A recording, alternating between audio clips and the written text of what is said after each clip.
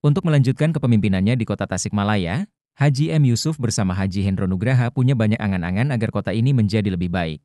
Untuk merealisasikannya dibutuhkan anggaran yang memadai, khususnya dari PAD. Saat ini, kota Tasikmalaya disebut-sebut sebagai pusat perekonomian di wilayah Priangan Timur, di mana arah pembangunan mulai dikembangkan menuju kota industri perdagangan barang dan jasa.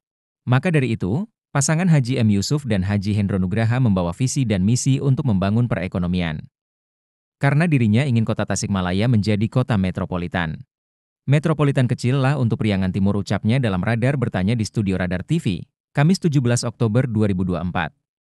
Salah satunya yang dibidik yakni Pasar Cikurubuk yang akan direvitalisasi lebih modern. Haji M. Yusuf menerangkan bahwa sebelum lengser dari jabatannya sebagai Wali Kota Tasikmalaya, Pemkot mengajukan bantuan untuk revitalisasi pasar ke Kementerian Perdagangan. Waktu itu kita minta sama Pak Wakil Menteri Perdagangan, tutur Yusuf. Bantuan itu pun mendapat persetujuan setelah dirinya melepas jabatan. Nilainya bertambah jadi 150 miliar rupiah untuk Pasar Cikurubuk dan Pasar Indihiyang, ungkap Yusuf.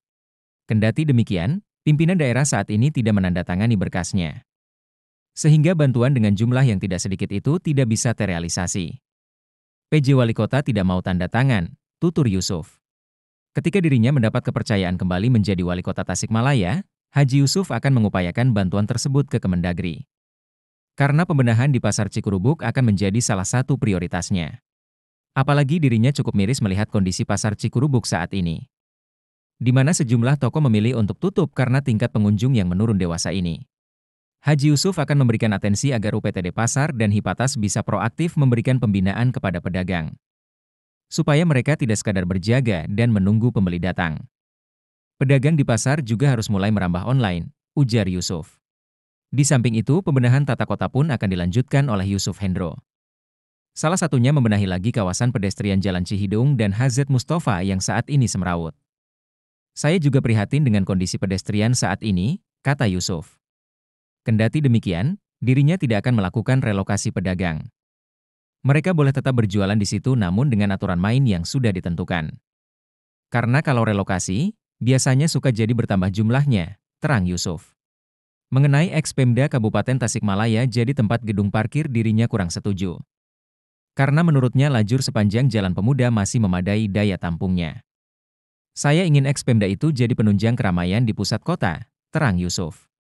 Kota Tasikmalaya saat ini belum memiliki sarana untuk event-event besar seperti halnya konser musik. Dirinya pun punya keinginan supaya bisa menyediakan kawasan baru yang bisa mengakomodir event-event. Kalau APBD memungkinkan pembebasan lahan, ya kenapa tidak, ujar Yusuf.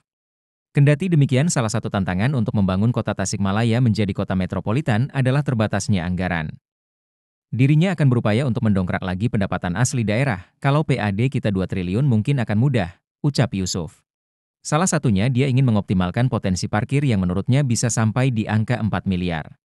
Maka dari itu, Disub harus betul-betul bisa mengantongi potensi real di lapangan.